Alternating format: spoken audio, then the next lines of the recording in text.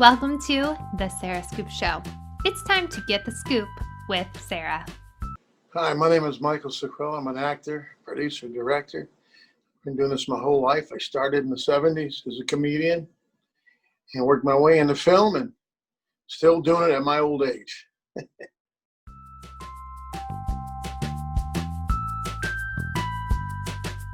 Carolina's Calling is a comedy with an alien twist. I wrote it. I've always wanted to do some kind of an alien project.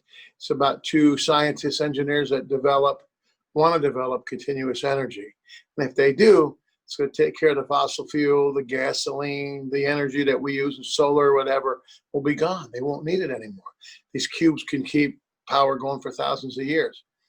While one impatient partner decides to test it, and it blows him up in the lab up and sends a beam to space. The beam hits an alien ship. It's been snooping around our satellites because our noise has been driving their planet crazy. Crash lands in South Carolina. 5 years later, he talks like a redneck.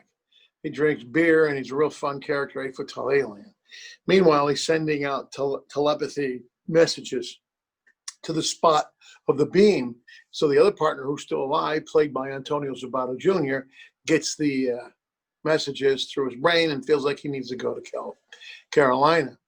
And eventually he goes to Carolina after he can't put together the money that he needs, but he did develop the Radiotron, it's called, and it works.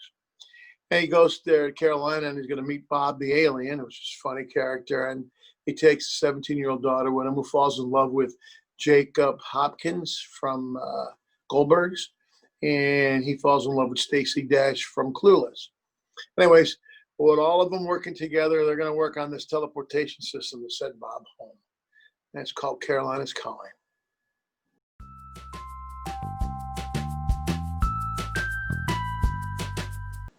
Well, I've been a space crazy buff alien nut. I want to go to space, but now I'm getting old. I don't know if I'll ever get there.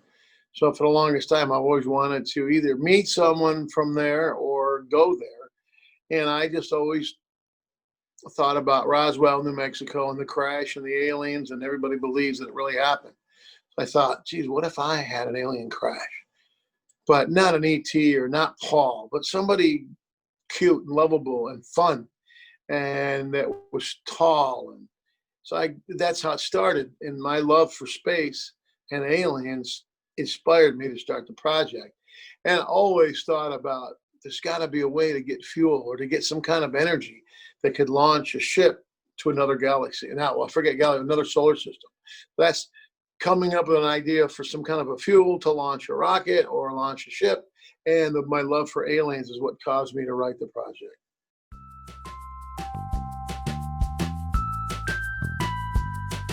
Best scene in the movie and my favorite on paper and now in film is when Antonio Sabato Jr., his character is Martin Haas, meets Bob for the first time.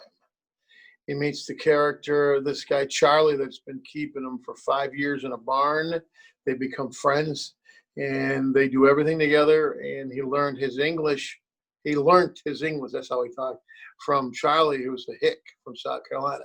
So when Charlie brings him into the barn and we see Bob for the first time, the audience is going to go crazy. The place is going to be dying laughing.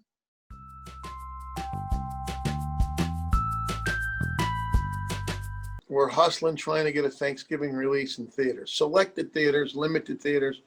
We're working with a major. Don't want to talk about it and get in trouble, but we've got an opening. They like the trailer. They like the footage.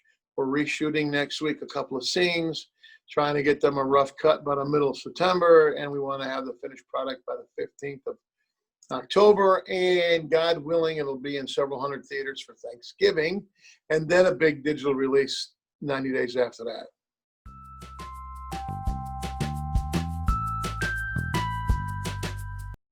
We actually got her through Antonio Sabato Jr. and her had worked together several times in the past. They got great chemistry. He suggested her when our lead lady that we were going to get was exposed to COVID. So we switched out with Stacey, and working with her, obviously, she's a major player. And to me, she was great.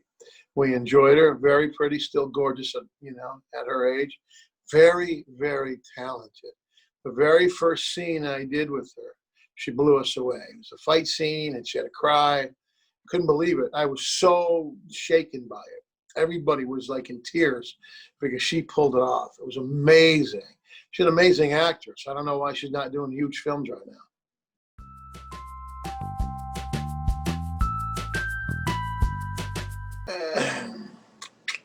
I guess the message is about a father and a daughter, and they succeed in life.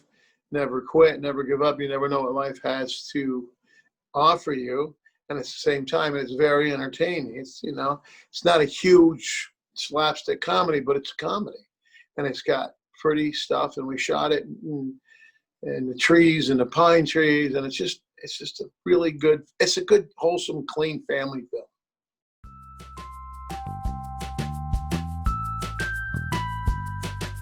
We were one of the first films approved by the Screen Actors Guild. We had to put all the COVID safety factors in place. We had 2 COVID specialists and we had sanitation stations. We had temperatures checked twice a day. They had to wear wristbands with the different temperatures. If you hit 99, you couldn't go to work. You had to sit down. If it dropped, you could come to work. And we had the paramedic on set too. We had all kinds of stuff ready to give them. Cold compressors. And then we could only have 10 people in a section. So the camera department with the actors could only be 10. And then you'd have station B would be 10, then station C would be 10. And we couldn't, the camera crew and the director, we couldn't go over to the prop people and vice versa. Almost no one could come into the main group of 10, but everybody wore a mask until action. And then at action would start, the actors would take their masks off, and then they would do the scene, and they would put them back on. So pretty much all day, every day was masks, temperatures taken, sanitation stations, and that's how we were approved for the Guild to be able to do the picture. And we did it right after Arizona opened up. Yeah, we went back to work, and it was fun, and we shot all over Arizona for South Carolina because South Carolina was closed.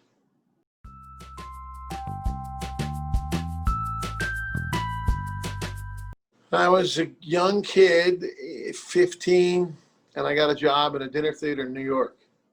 And all these big stars came through. Jerry Lewis, Frank Sinatra, you name it, Raquel Welch, Shirley MacLaine, they would come through, and I wanted to be like them. I just wanted to be like them. And then I did the high school plays. When the curtain opened up, I could feel it inside. And so I was on a trip to Southern California with the family, and they were shooting a movie in La Jolla, California. And the whole beach was blocked off. And they were shooting a movie called Lucky Lady with Burt Reynolds, Liza Minnelli, and Gene Hackman. And I was able to get around the tape because security wasn't like it is today. And Burt signed a couple of autographs, and he asked me if I wanted one. And I just said, I want to ask you a question. He said, shoot. And I said, I want to be like you. How do I become a star? And he laughed. He goes, well, you got to follow the stars. You got to reach for the stars. And I looked up and I went, huh? How do I become an actor reaching for the stars? Eventually, we talked a little bit more, and he gave me the inspiration to go. And I told him someday I would work with him, and I did. A movie called Forget About It. But he really gave me the drive to become an actor. When I went to school, I was at Arizona State University on a baseball, playing ball, and my girlfriend at the time was a wardrobe lady, and she got me a job on a film in Arizona, Western. And then I got the bug, and I moved to Hollywood, and I lived there a long time. And recently moved to Arizona because I can't take the traffic anymore. I met a lot of people after that, and I've had a great career. I've had major roles in smaller pictures and smaller roles in big pictures, and I've directed 8 films and TV shows. And I'm still going.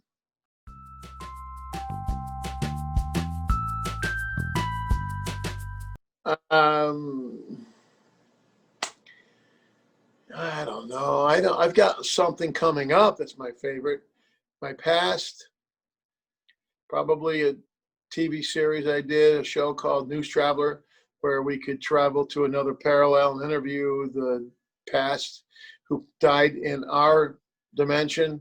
And Elvis Presley was a steamboat captain. Hitler and French Napoleon were doing paint wars. Liberace was the head of a casino. I mean, it was great interviewing. I had a lot of fun on that. But I've got a project called Mike Logan Returns, which is my baby. Huge. I played the role in 1994 in a movie called Niagara Blues in Buffalo and Niagara Falls, New York.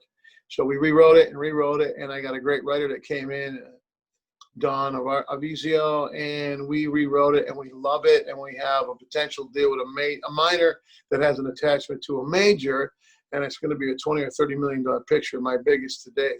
Actually, we just started trying to put the funding together and getting people excited, so obviously no cast, but it's huge. You've heard of superhero movies.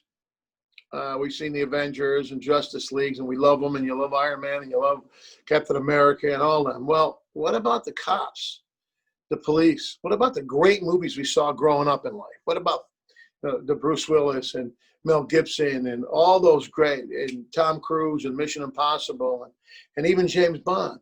What if you had a movie where you put them together, but only a little piece, where we see them all? And at the end of the movie, they get a call from somebody out of DC saying, hey, we need you guys.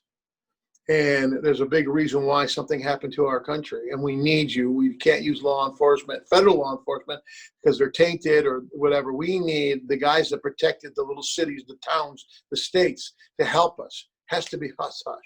And then you got all these superhero cops that are going to go out and do the Avengers, but in the streets with guns and fists and knives.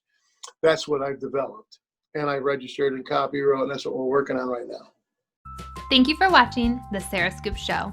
Head to sarahscoop.com for more.